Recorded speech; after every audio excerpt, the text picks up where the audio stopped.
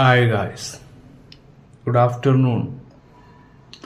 രാവിലെ വരണമെന്ന് വിചാരിച്ചതാണ്. തൊയ്ബ് സ്റ്റുഡിയോയിലേക്ക് എല്ലാവർക്കും വെൽക്കം.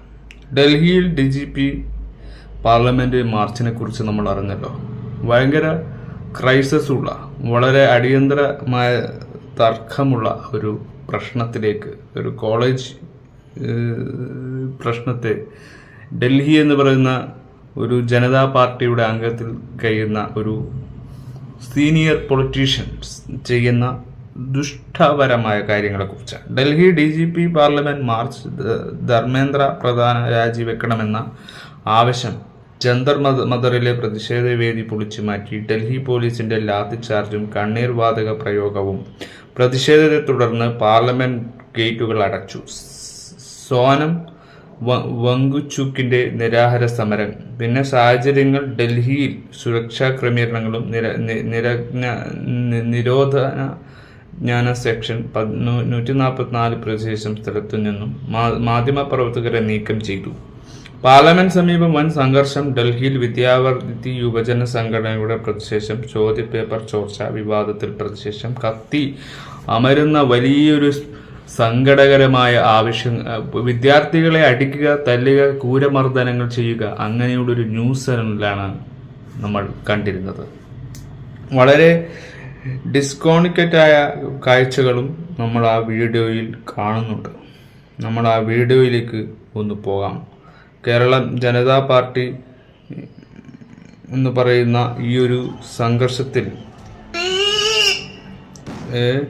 ഡൽഹിയിൽ പാറ്റപ്പട എന്നാണ് അതിൽ പറയപ്പെടുന്നത്. ഡൽഹിയിൽ പാറ്റപ്പട എന്ന് പറയുന്ന സംഘർഷത്തിലേക്ക് ജനങ്ങളെ എത്തിക്കുന്ന, അടികൊടുക്കുന്ന, ഒരു ഖേദം പോലുമില്ലാതെ ജനങ്ങളെ ആട്ടിയോടിക്കുന്ന ഒരു കാഴ്ചയിലേക്കാണ് നമ്മൾ പോയത്.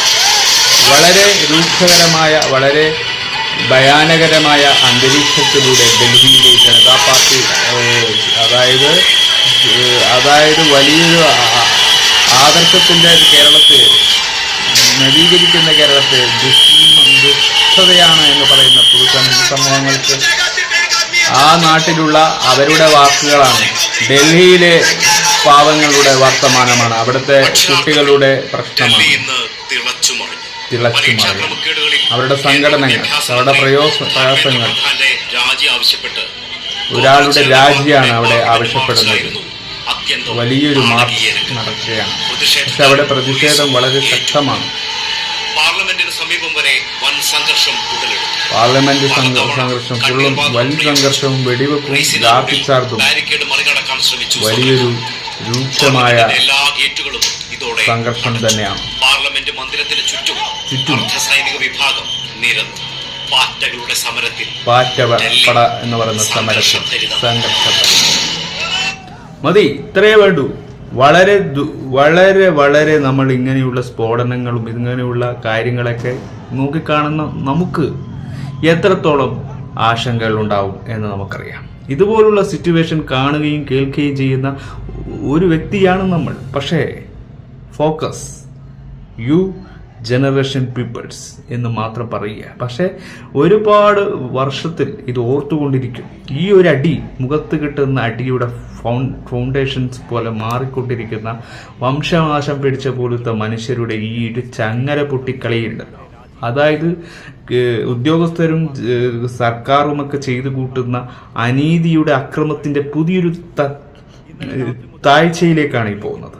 സംസ്ഥാനത്ത്, കേരളത്തിലെ രാഷ്ട്രീയ രീതി നോക്കുമ്പോൾ ജനതാ പാർട്ടിയേക്കാൾ വലിയൊരു ദുരന്തം കേരളത്തിലുണ്ട്. കാരണം ഈ നാട്ടിൽ ഭരണം ഉണ്ടാക്കിയിട്ട് ഇവിടുത്തെ റോഡും തോടും പോലും നോക്കിക്കാണാൻ പറ്റാത്ത നന്ദികെട്ട ഒരു സർക്കാരായി മാറുന്ന ഒരു യുവജന സമൂഹത്ത് നമ്മളുടെ നാട്ടിലെ റോഡോ തോടോ എന്ന് ചോദിക്കുന്ന ഈ അവസ്ഥയിൽ പോലും ഇത്തരത്തിലുള്ള വലിയ സംഘർഷങ്ങൾ നമ്മൾ കാണുകയും കേൾക്കുകയും ചെയ്യുമ്പോൾ അവിടുത്തെ വിദ്യാർത്ഥികളുടെ തലയടിച്ച് പൊളിച്ച് ഇവിടുത്തെ ഭരണാധികാർക്ക് വേണ്ടിയും അവിടുത്തെ ജനതാ പാർട്ടി വിഭാഗക്കാർക്ക് വേണ്ടിയും സംഘർഷപരമായ യൂത്ത് വിഭാഗത്തെ അവരെ ആട്ടിയോടിക്കുകയും അവിടെ ഗേറ്റ് ക്ലോസ് ആക്കുകയും ചെയ്ത് ആ വലിയൊരു മതിൽക്കെട്ടിൽ ജനങ്ങളെ നിന്ന് ഒരുപാട് ആട്ടിയൂട്ടുകയാണ്.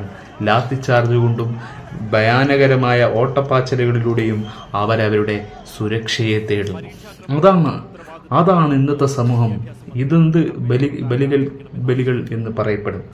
ഇതെന്ത് അമർഷമാണ് ഈ കേരളത്തിൽ നിൽക്കുന്ന ഭരണാധികാരികൾക്കുള്ളത്? എന്തുകൊണ്ടാണ് സാധാരണക്കാരെയൊക്കെ പുല്ലുവില പോലെ കണിപ്പിക്കുന്ന സംഘർഷങ്ങൾ കഠിനമാണ്? ഒരാളുടെ രാജി ആവശ്യപ്പെട്ടതുകൊണ്ടാണ്. ആരാണ് ആ രാജി ഒഴിഞ്ഞു കൊടുക്കേണ്ടത്? അവൻ ദുഷ്മന്തായതുകൊണ്ട് തന്നെയാണ്.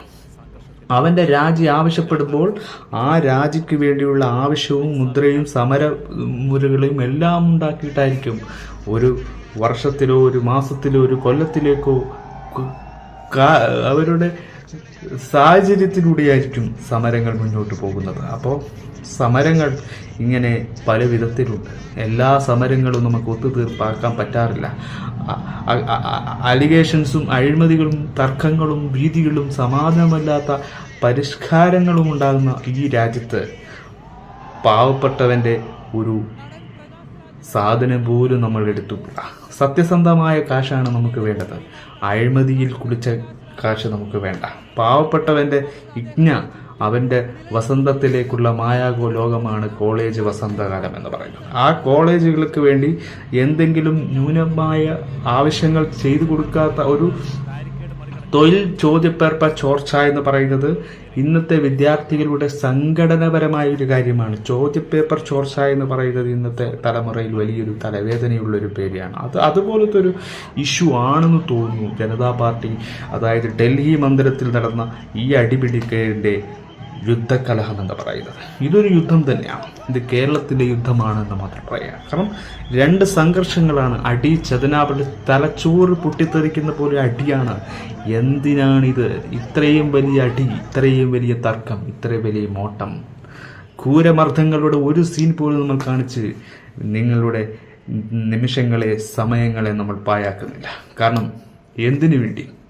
ഇത് നന്നാവുമെന്ന പ്രതീക്ഷയിലൂടെയാണോ? No, never. അങ്ങനെ ഒരു പ്രതീക്ഷ പോലും ഇന്ത്യൻ പൗരന്മാർക്കില്ല. ഒരു പൗരനും തൻ്റെ വിഷമങ്ങൾ മാറുമെന്നും തൻ്റെ സാഹചര്യങ്ങൾ മാറിക്കൊണ്ടിരിക്കുമെന്നും ആഗ്രഹിക്കുന്നുണ്ട്.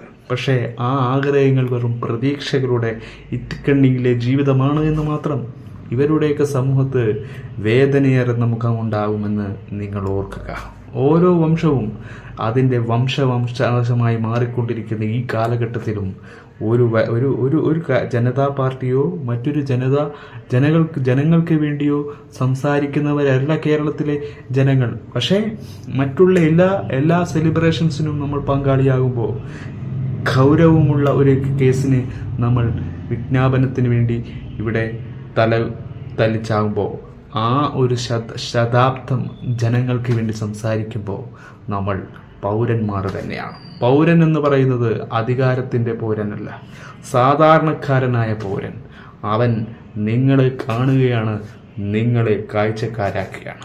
That is impossible. ഇതും ജനങ്ങളെ അലേർട്ടാക്കുന്ന വേറൊരു വിഭാഗമാണ്. ജനങ്ങൾ അലേർട്ടാകുന്നു. ജനങ്ങളുടെ വിഭ്രാന്തിയാണ്. ജനങ്ങൾക്ക് പിടിച്ചു നിൽക്കാൻ കഴിയാതിരിക്കുമ്പോൾ സംഭവിക്കുന്ന പല കോൺസിക്വൻസസ് ഇവിടെ ഉണ്ടാകുന്നുണ്ട്. This report is very intelligence. കാരണം ഇതൊക്കെ ഒരുപാട് സംഘർഷങ്ങൾ ഉണ്ടായിട്ടുണ്ടാകും, ഒരുപാട് വേദനകൾ ഉണ്ടാവും, ഒരുപാട് പേർക്ക് പരിക്കുകൾ ഉണ്ടാവും. ഒക്കെ ഈ സംഘർഷം എങ്ങനെയാണ് നമുക്ക് മാറ്റുക എന്ന് തിരിച്ചറിയാൻ കഴിയാതെ ഈ സംഘർഷണത്തിൽ നമ്മൾ എത്തിപ്പെടുകയാണ്. ദാറ്റ് ഈസ് ന്യൂനോ ഇമോറൽ. അത് ഒരു പൊതു ജനങ്ങൾക്ക് ആവശ്യപരമായ കാര്യമല്ല. But reality it is impossible. ഈ ഒരു കാര്യങ്ങളിൽ പോലും നമുക്ക് ചോദ്യങ്ങളല്ലാതെ ഉത്തരങ്ങളില്ലാതെ വഴി തേടിയാണ്. നമ്മുടെ സാഹചര്യത്തെ പോലും നമുക്ക് തെളിവരിക്കുമ്പോൾ സമരം വേണമെന്ന് പറഞ്ഞാൽ ആ സമരം എങ്ങനെ ഒത്തുതീർപ്പാക്കും? ആ സമരം എങ്ങനെ നിശാബ്ദതയിലേക്ക് കൊണ്ടുപോകും? നവ. അതിനൊരു ചോദ്യം ഇവിടെ ഉണ്ട്. പക്ഷേ ഉത്തരങ്ങളില്ല. സർക്കാരുകളും നിയമപാലകരും ഒക്കെ ഇവിടെ പല വിജ്ഞാനങ്ങളും മറക്കാറുണ്ട്, വിജ്ഞാനപരമായിട്ടും മറക്കാറുണ്ട്. വിദ്യാഭ്യാസത്തിന് ചൂഷണത്തിൽപ്പെടുന്ന ഒരുപാട് കോളേജസ് ഉണ്ട്. അപ്പൊ അതിലൊക്കെ ഈ അഴിമതി എന്ന് പറയുന്ന, അട്ടിമറി എന്ന് പറയുന്ന ഒരു തൊഴിൽ വ്യവസായം എന്ന നിലയിൽ എല്ലാ തൊഴിലിനെയും ബാധിക്കുന്നതായിരിക്കാം. വിജ്ഞാപനത്തിന് അപ്പോൾ വിദ്യാസമ്പന്നരായ നമ്മുടെ രാജ്യത്ത്, വിദ്യാസമ്പന്നനായ കേരളത്ത് കുറേ ഒരു മനുഷ്യരെ പൂട്ടുക, സാധാരണക്കാരെ ബലികടിക്കുന്ന അന്തർധാനിയിലേക്ക് കൊടുക്കുന്ന ചോദ്യപേർ ചോർച്ച എന്ന് പറയുന്നത് സർക്കാരിൻ്റെ ഒരു നയതന്ത്രമാണ്.